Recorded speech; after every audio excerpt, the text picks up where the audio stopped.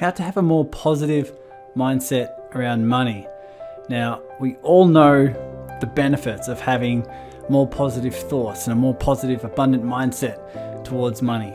But have you ever shifted your thoughts but still continue to get the same results time and time and time again? If so, that may be because you're trying to shift, you're trying to change your thoughts from an egoic level of consciousness, or what we might call separation consciousness. Have you caught yourself thinking about your money goals and thinking, if only I achieved that, I would feel different, I would feel a certain way? Or maybe you view it as a goal or an outcome that's separate from you, something that's out there that needs to be achieved. If so, you may be coming from separation consciousness. You may be operating from a place of ego, who believes what I want is separate from me. What I want to feel is separate from me. And I'm separate from source. I'm separate from everything I want to experience. That's what the ego is all about. But what you're going to learn in this video is one, the four illusions that help you maintain this scarcity mindset. And in order to create a shift, I'm going to give you my 5 tips, 5 things you can implement right now in order to provide a shift for consciousness around money. So not only can you attract more, but do it from a place of unity consciousness. Let's dive in.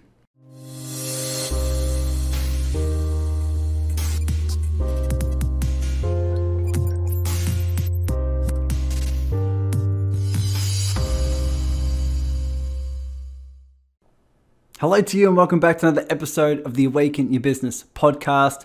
Yes, I'm going to be riffing all about money mindset, the frequency you want to feel more often, and definitely the shifts that need to happen, the shifts that are necessary for you to have a relationship with money that is ego-proof. And you'll start to notice this as we go into the illusions and especially as we go into the tips in order to create those shifts. But first of all, I want to welcome you here. Thank you for supporting me. Thank you for subscribing. It's awesome to have you here, and it's such a blessing, such a pleasure. But I know you're going to get a lot out of this, and I know it can be very passive to watch.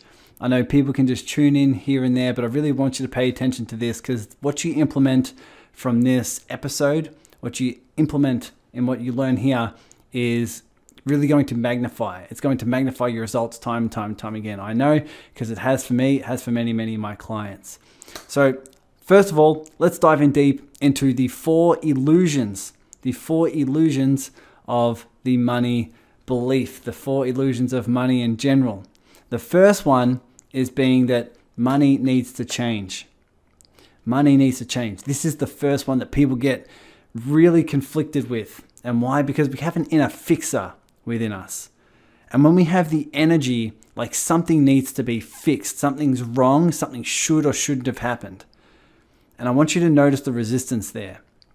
It makes it very hard to shift your relationship with something, to shift how anything's going to operate in your life when you're in resistance to it. So if you were to look at your bank account right now, if you were to look at how many clients you have, if you were to look at whatever's coming in right now and ask yourself the question, am I viewing this as a problem that shouldn't have happened, that needs to be fixed, and as long as it gets fixed, then I can feel a certain way, then that's how you know you're feeling resistance. But I want you to operate this in a very different way. I want you to just breathe right now and wonder what it would be like to just accept. If you are in a space of surrender and acceptance of what is right now, can you feel intuitively that you would be adding more resourcefulness into the journey? You'd be adding more resourcefulness of love or play or creativity or flow, whatever it may be, into your money journey. So this is a way to view it. One thing that I've realized is the relationship with money and what I think needs to change or needs to be fixed is not only offering a lot of resistance, but it is also the relationship with myself. Your relationship with money is your relationship with yourself. And your relationship with money is your relationship with life. If you can't accept what is, if you can't accept the things that are out there right now, if you can't recognize this inner fixer within you that just needs to control all of the time, what's going to happen is you're going to be in resistance. You're going to be in resistance a lot of the time. You're just going to get the same cycle time and time and time again. So one illusion to really look out for is recognize when you need something, when you think something needs to change because it's wrong and it needs to be fixed, or is it just as much in your expansion to say, okay, this is what is right now. I can truly accept, love, surrender to what is, while also having the desire to change it. Not because it needs to be changed because it's wrong and needs to be fixed, but one thing you can do is because that's who I'm being called to become. Notice how that feels in your body. Notice how it feels in your body when you feel into it and you say, you know what? I love life. I love what is. I know there's lessons here that are coming my way. And I also feel called to become more. I also feel called to create a change. I also feel called to create a change, not because life is wrong, but because I'm being called to become more. I'm being called to shift. Notice how that feels in your body and notice how it feels in your expansion. The second illusion is money is the goal. Now, this may be in your expansion. This may be helping someone. If they're coming from a victim mentality, it might be in your expansion to create a money goal, create an income goal, and really move forward from it. And that can help a lot of people.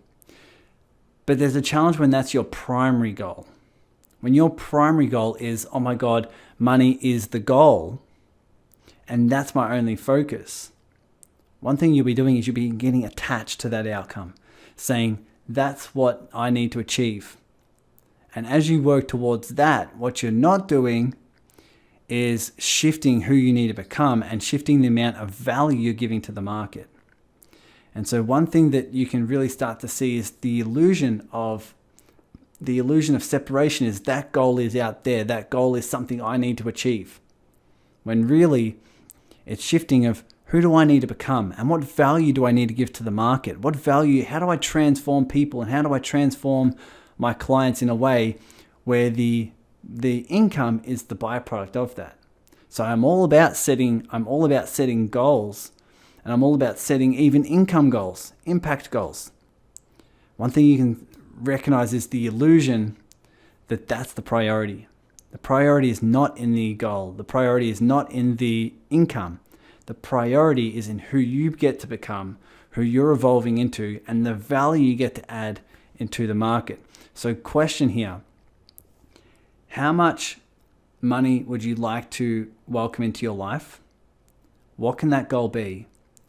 And how can your primary focus be on what value do I need to give to the market? What change and transformation do I need to add to my clients where the byproduct will be that income? Write that down. See how that feels. Notice what is happening in your body as you do that. And once you do that, let's move on to the next one. The third illusion is money is my safety. This is a big one. This is one I really had to shift. I know many of you know my story, but I, in this room, sat in a chair for 6 hours and just felt all of this fear, all of this uncertainty, and a lot of it was because I had an attachment to money that said I need to make it to feel safe. And so if you are feeling this as well, my sympathy goes out to you. I definitely know how you feel, and I love the fact you're willing to see it as an illusion. And why is that? Because if you have this belief, if you have this inner 5-year-old freaking out that says I need to make money to feel enough, I need to make money to feel safe, what you're doing is you're basically saying money controls my safety. So it doesn't matter how much money you're going to make. You can have $1 million in the bank, $10 million, $100 million. As long as you have that pattern within you, and as long as that pattern is running the show, you will always live in fear, because it doesn't matter. It doesn't matter how much you make. Because if you make $1 million, you're going to live in fear you're going to lose it, right? So this is all an illusion. Safety, security, comfort is all an illusion. Because what's comfortable for one person is not comfortable for another. It's all perception. It's all an illusion. And if you feel like money is my safety, what you're taking away is the real truth that you are your safety. This is what I started realizing. If I'm the source of every dollar I've ever made, that means I'm my safety. My creativity, my love, my flow is my safety. All right, because I can rely on that time and time again to, once again, add value to the market, add value to my clients, consistently reiterate and test different things so I can consistently evolve and expand.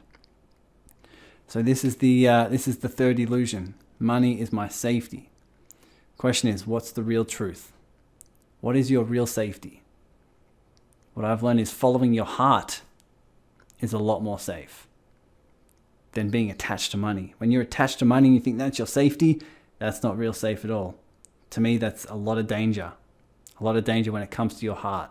But if you're following your heart's calling, if you're following your heart's mission, if you're being loving, creative, resourceful along the way, that to me is safe.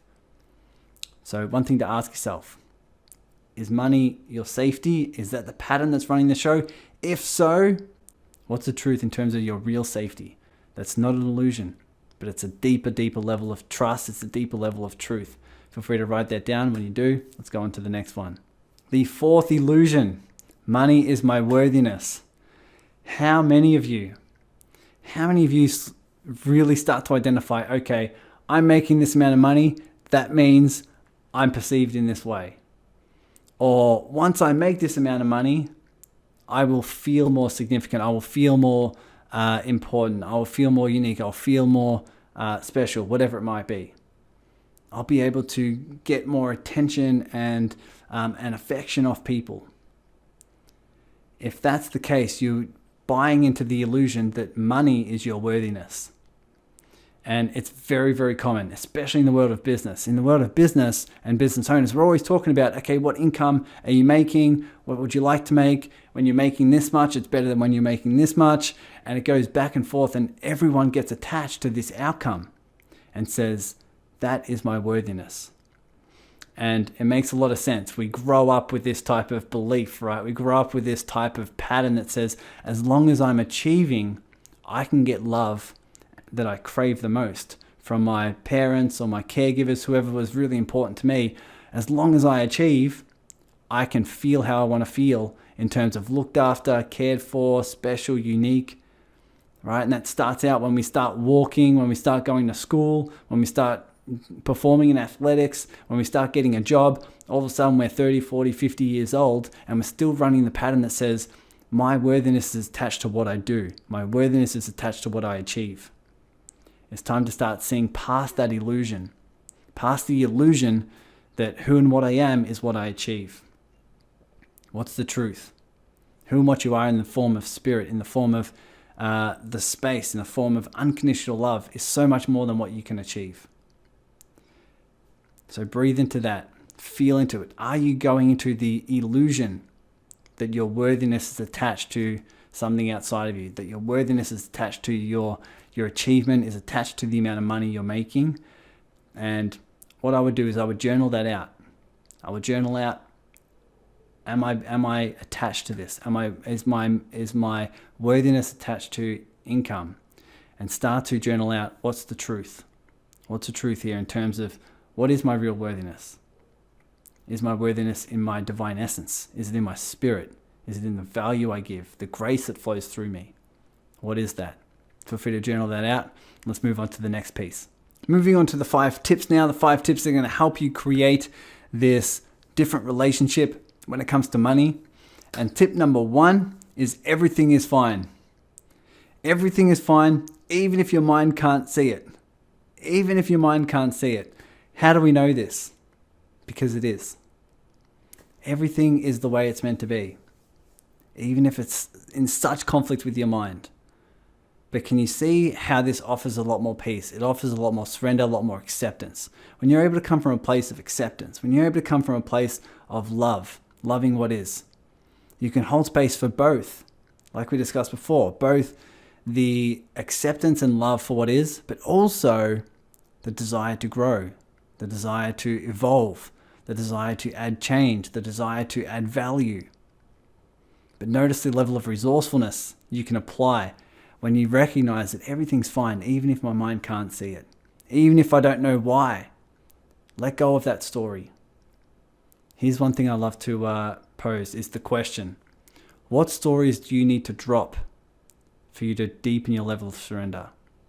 for you to deepen your level of surrender and allowing of life and what is, what stories do you need to let go of? What expectations and assumptions do you need to let go of? And once you start to let go of those stories, start to let go of those assumptions and expectations, you start to feel a deeper level of peace.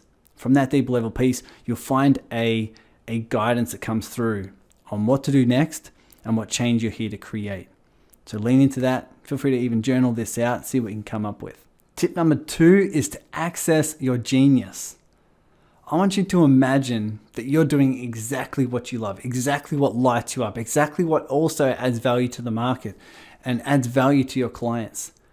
And you're doing that time and time again, and it lights you up so much that you're not even attached to any outcome.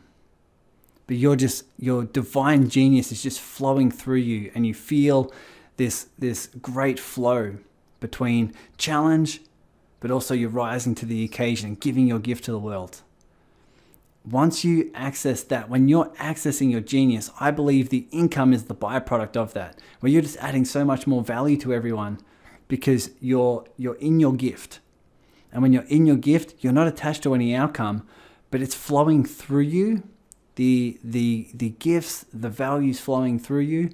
And what happens is you're so lit up and you're in such flow, you're in such divine guidance that you're not even attached to any of it. You can welcome in money and you're not attached to it. You can welcome in other opportunities and you're not attached to it. You can welcome in collaborations and you're not attached to it.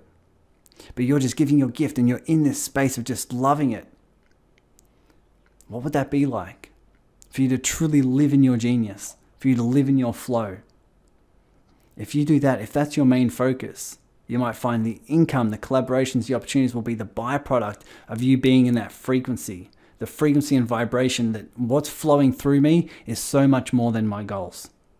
What you realize is when you're operating at a frequency that's more than your goals will chase you. Your goals will chase you. Who do you have to be to operate at that frequency? Who do you have to be, and what's your main focus in order for you to vibrate at that level where your goals will chase you? You'll start realizing that's your zone of genius. So what is your zone of genius? Feel free to write that down, meditate on this, because it's really, really important. Tip number 3 is to stay present. And I know we've learned this in the past, and it's very common for us to know that to not live in the future, in the past.